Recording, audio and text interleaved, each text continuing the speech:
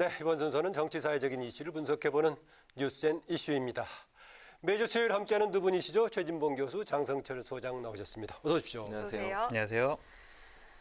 네, 오늘 이제 20대 국회 마지막 본회의를 열었는데요. 여기서 마지막 통과된 법안들도 있겠고요.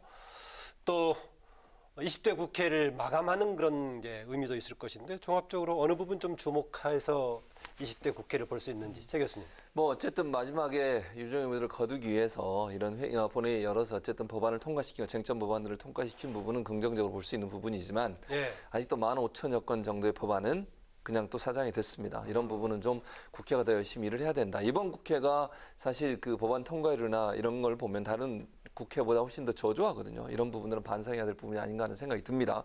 이번에 통과된 법안 중에 가장 눈에 띈 건 역시 과거사법입니다. 우리 그 장성철 소장하고 친하신 우리 김무성 전 대표께서 적극적으로 나서가지고 가까운 관계인가요? 아니 예전에 모셨었습니다. 예, 그랬었죠. 그래서 이제 과거사법 같은 경우는 사실 논란이 됐었는데 김무성 의원이 적극적으로 나서가지고 여야 원내대표를 직접 만나서 설득을 했고요. 그래서 이번에 사실 이제 물론 좀 반쪽짜리긴 해요. 왜냐하면 이제 배보상 문제, 배상 보상 문제는 제하고 이제 진상조사 문제만 통과를 시켰습니다. 저는 그것도 의미 있다고 봐요. 그렇죠. 왜냐면 합의 가능하면 하는 거니까. 그럼요. 그리고 시간이 얼마 없기 때문에 이게 논란이 돼가지고 진상조사마저 못하게 되면 저는 문제라고 보고 형제복지원 문제 같은 경우에 이렇게 어쨌든 여야가 과거의 문제들을 다시 들여다보고 또 과거에 해결하지 못한 문제들을 다시 볼 수 있는 기회를 갖는 거 아니겠습니까? 3년 플러스 1년 더해서 4년 동안 활동할 수 있거든요. 그래서 과거사 진상조사위원회의 활동이 다시 재개되는 부분은 긍정적으로 볼 수 있을 것 같고 N번방 방지법 관련해서도 정보통신망법을 개정을 해서 실제로 이제 이런 성착취 영상물이 유포되는 것을 플랫폼 사업자들 적극적으로 막을 수 있는 제도를 만들었다는 점은 긍정적으로 평가할 부분이다. 다만 여기 하나가 그냥 플러스로 들어간 게 있습니다. 그게 뭐냐면 통신요금 관련된 부분이에요. 원래 이게 인가제로 돼 있었거든요. 그런데 은근슬쩍 이게 신고제로 바뀌었어요. 이번에 법안에. 그래서 지배적 사업자 하면 유선통신에서는 KT가 되겠고요. 무선에서는 SKT가 되는데 이 두 기업이 원래 이제 통신요금을 올릴 때는 인가를 받도록 돼 있습니다. 허가를 받도록. 근데 이게 신고제로 바뀌어서 시민사회단체가 강력하게 반발하고 있는 상황이다. 그래서 명암이 있는데 어쨌든 마지막 이런 법안들이 통과된 부분은 긍정적으로 볼 부분도 있다. 이렇게 보여집니다. 네, 장 소장 어떻게 보십니까? 저는 소감 어떻습니까? 최진봉 교수님 말씀하신 거에 하나 좀 반박을 먼저 하고 시작을 하도록 하겠습니다. 15,000건의 계류 안건이 있다라는 것이 문제다라고 말씀하셨는데 저는 이 15,000건의 계류 안건이 있어서 다행이다라고 생각이 들어요. 만약에 제가 국회의원이 되면요. 저는 국회의원 법안 발의 총량제 라고 해서 국회법을 개정하고 싶어요.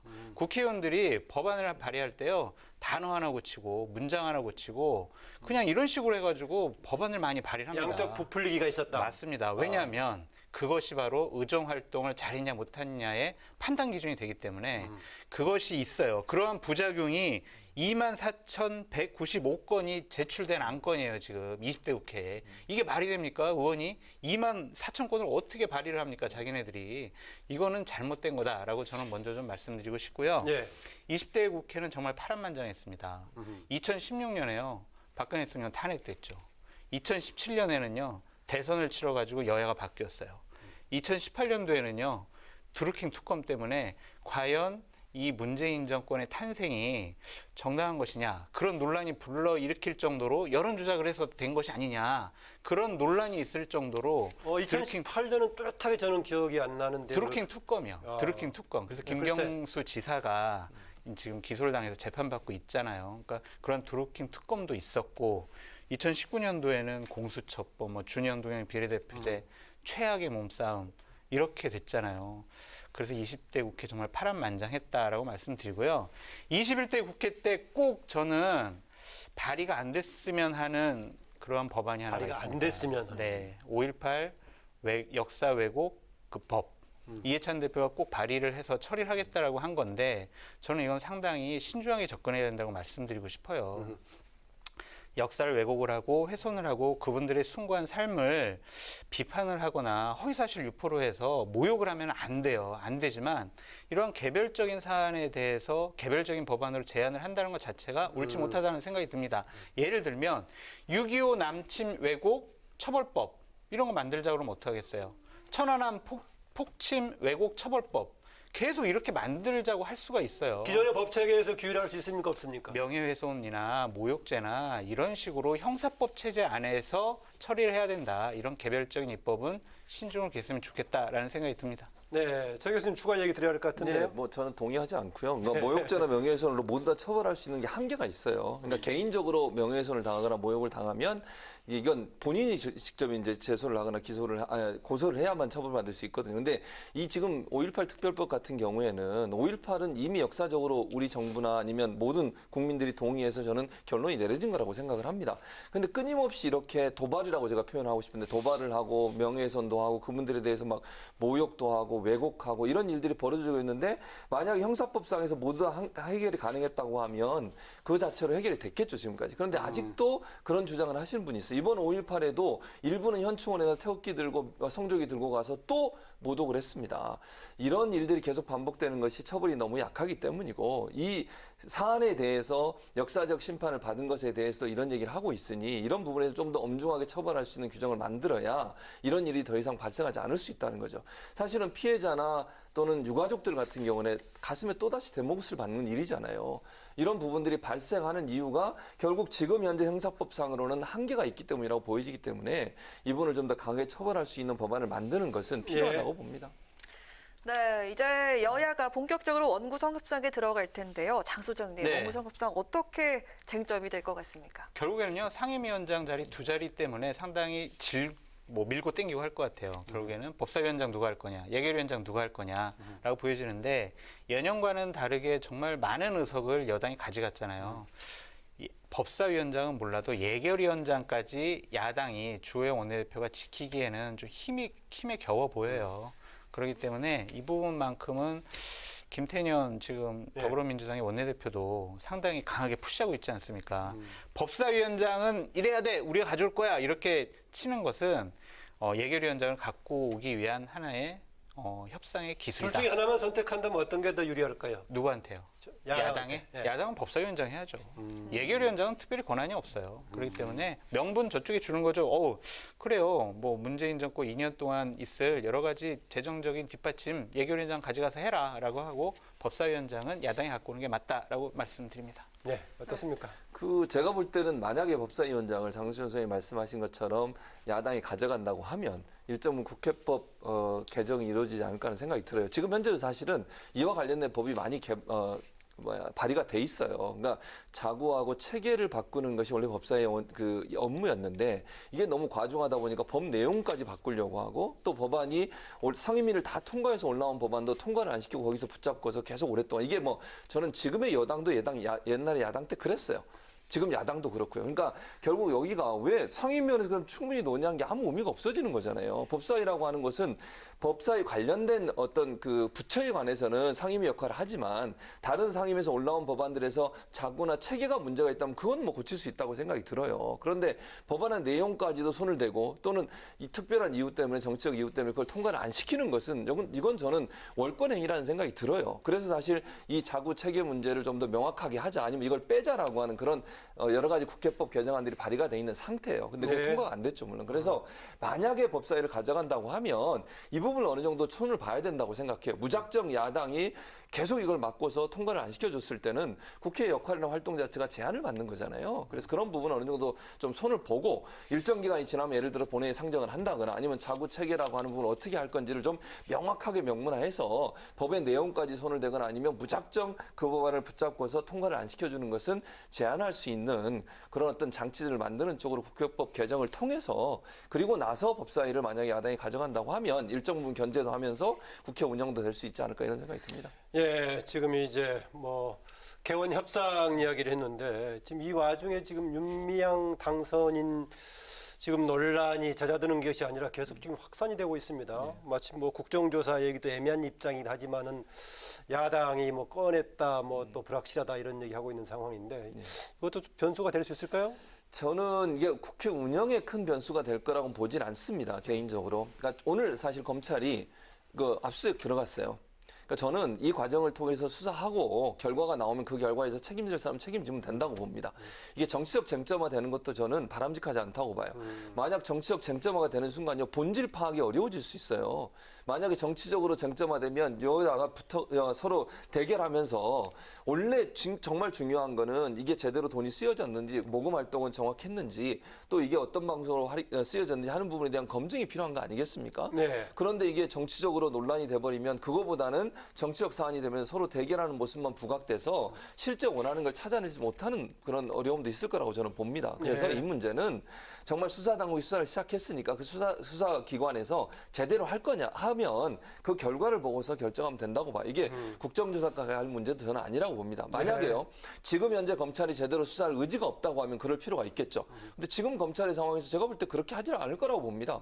그리고 야당이 여러 가지 의혹 제기하는데 뭐 정부가 이걸 막고 있거나 이걸 못하게 하거나 이러진 않잖아요, 지금. 그런 상황이라고 하면 국정조사까지 갈 문제는 아니라고 보고 네. 수사기관의 수사 결과를 보고서 그 상황이 잘못되고 제대로 안 됐다고 하면 그때 가서 국정조사를 논하는 거는 뭐 충분히 의미가 있다고 보이지만 지금 상황에서는 수사 결과를 지켜보는 게 맞지 않을까 하는 생각이 듭니다. 늘 국정조사하고 또 사법적인 처리하고 맞물려서 얘기가 나올 때마다 지금 되게 이제 그런 진단들이 있습니다.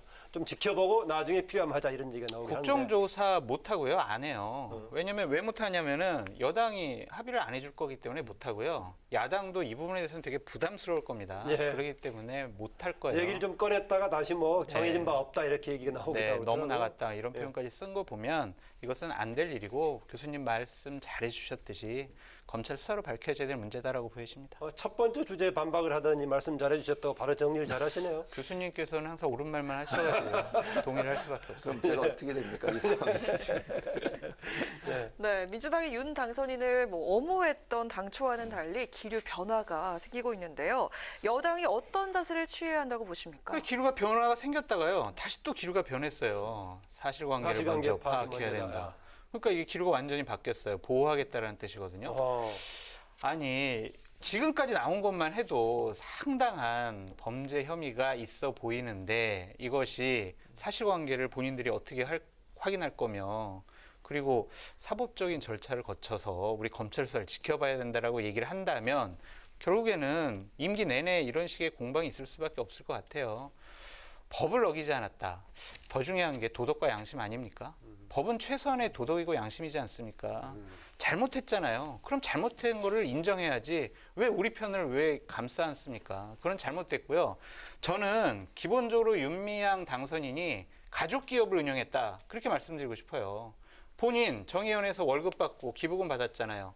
기타 지출 내역으로 해가지고 그 돈이 어떻게 쓰였는지 몰라요. 윤미향 당선인 본인만 알아요. 그리고 남편 그 인터넷 신문사에 홍보비 줬어요. 거기서 광고해달라고. 그리고 부친 쉼터에다가 취직시키셨어요. 그리고 관리비도 주고 월급도 줬어요. 그리고 본인의 지인에게 쉼터의 인테리어를 맡겼습니다. 이거는 가족 비즈니스고 가족 기업이죠. 이걸 어떻게 우리가 비판 안 할 수가 있습니까? 물론 또 그러시겠죠. 뭐 최 교수님께서 이거는 밝혀지지 않은 거다라고 말씀하실 수도 있지만 이 부분은요. 지금까지 언론에 나오고 지금 정의연과 윤미향 당선인이 14번의 해명을 했거든요. 그 해명이 맞지 않다라는 것도 다시 나왔습니다. 그렇기 때문에 이것은 분명히 잘못한 거를 여당이 감싸 안으면 안 된다라고 강하게 말씀드리고 싶습니다. 네, 여당의 태도에 대한 강한 비판이었습니다. 그러니까 저는 마지막 장수현 소장이 했던 말에 동의합니다. 여당이 감싸면 안 된다. 저는 그렇게 생각해요. 기본적으로.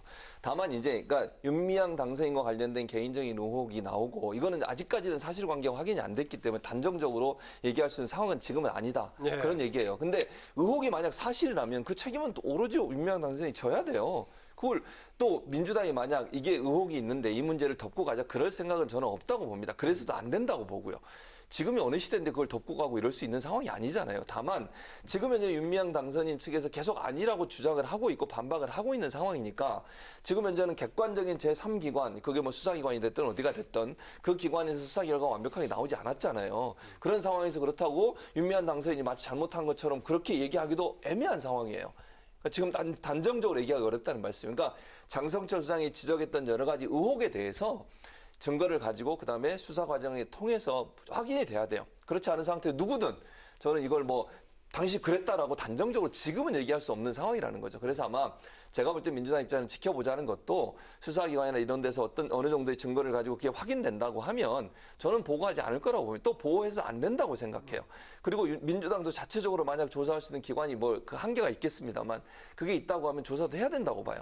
왜냐하면 이 문제가 자꾸 정치 쟁점화되는 건 민주당한테 엄청난 부담이에요. 그리고 뭐 특별히 정말 비리가 있고 횡령한 게 있다고 하면 그걸 안고 가는 것도 저는 안 된다고 봐요. 기본적으로. 그래서 이 부분에 대해서는 지금 저도 단정적으로 얘기할 수는 없지만 그럼에도 뭐 여러 의혹에 대해서 정의연이나 아니면 윤미향 당선자는 당연히 해명하고 소명해야 된다. 그리고 예. 외부의 감사가 필요하면 받아야 된다. 그걸 피하는 것 자체는 안 된다고 보고요. 그 결과에 대한 책임은 본인이 져야 된다 이렇게 봅니다. 짧게만 좀 반박을 두 가지로 좀 해보고 싶어요. 예. 기본적으로 미래통합당의 당선인이 이러한 일을 했다 그러면 과연 더불어민주당에서는 어떠한 공격을 했을까? 지금처럼 그래요. 사실관계를 확인할 때까지 우리가 기다리겠습니다. 이렇게 얘기했을까요? 그 부분에 대해서는 이중잣대라고 저는 생각이 들고요. 박근혜 전 대통령이요. 탄핵이요. 사실관계가 밝혀져서 탄핵당한 거 아니잖아요. 우리가 봤을 때 저 사람 정말 잘못했구나. 저런 짓을 어떻게 대통령이 했냐. 그걸 우리가 법적으로 확인 안 했잖아요. 하지만 정치적인 책임을 진 거 아닙니까? 윤미향 당선인도 지금 시민단체의 활동가가 아닙니다. 이제 당선인이고 국회의원입니다. 공인입니다. 그러면은요, 당연히 도덕적이고 정치적인 책임을 져야 한다. 그 부분에 대해서 변명으로 일관하면 안 된다라고 저는 말씀드리고 두 싶어요. 가지 또 제가 반박을 하면 첫 번째, 두 번째, 그러니까 박근혜 전 대통령 관해서 헌법재판소에서 이미 증인들을 다 불러서 듣고 확인하고 결정한 국회에서 겁니다. 탄핵했을 국회도 때요. 마찬가지라는 생각이 들어요. 왜냐하면 여러 가지 이제 증인들 불러서 청문회도 했잖아요. 그 당시에는 불러서 청문회하고 거기에 관련된 사람들 얘기도 듣고 증언도 듣고 그런 과정을 거쳐서 결정했다고 생각을 하고요. 그럼 이제 문제는 이제 아까 말씀하신 것 통합당 입장에서 만약에 통합당의 후보가 그랬다. 저는 역전될 거라고 생각해요. 민주당은 당연히 공격하겠죠. 그럼 통합당은요? 예. 그걸 받아들이겠습니까? 이 상황에서 통합당이 이 상황이라도 저는 당장 사퇴하라 이렇게 얘기할 수 없다고 봐요. 왜냐하면 뭐 당 입장에서는 결과가 완전히 나오지 않은 상태에서 이 사람에 대해서 이래라 저래라 얘기하는 건 부담이 될 수밖에 없어요. 그러니까 이거는 여야가 바뀌면 태도도 바뀔 거라고 생각해요. 네, 이제 통합당이 내일부터 이틀간 당 연찬회 열죠. 네. 여는데 최근에 주호영 대표 행보라든가 또 초선 재선 의원들의 움직임 뭔가 조금 변화의 가능성을 좀 보이기도 하는데 극우와의 선을 걷고 이제 유능한 야당, 유능한 정당으로 태어나겠다 이런 기치를 내걸고 있는데 연찬회에서 좀 의견을 모을 수 있을까요? 살기 위한 몸부림이 시작됐다라고 보여집니다. 그러한 부분들은 상당히 긍정적이라고 보여지고요. 주호영 원내대표가 5.18 문제에 대해서 깨끗하고 진정한 사과 말씀을 하신 것 자체가 변화의 시발점이라고 생각이 듭니다. 당선인들이 주호영 원내대표랑 해결될 문제가 세 가지가 있어요. 기본적으로 원구성 협상에 대해서 상임위를 어떻게 할 거냐라는 부분, 예. 미래한국당과의 통합 부분, 그리고 김종인 비대위 체제를 어떻게 할 것이냐라는 부분. 이 부분에 대해서 내일 하여튼 당선자들이 1박 2일 동안 진솔하게 서로 의견 나눠서 좀 하나된 의견을 만들어서 주호영 원내대표한테 힘을 실어줬으면 좋겠어요. 예. 저는 이렇게 생각해요. 지금 전체적으로 얘기 잘 해주셨는데 무소속 당선인들 복당 문제는 해결될 거라고 보고요. 아마 한꺼번에 같이 복당하는 걸로 결론이 날 것 같고 김종인 비대위는 아직 퀘스천 마크라고 저는 생각을 합니다. 일부에서 지금 중진 의원들은 주호영 혁신위로 계속 가자고 하는 주장도 있어요. 지금 상황에서. 예. 그런 상황이기 때문에 이 문제는 어떻게 해결될지는 지켜봐야 된다는 생각이 들고요.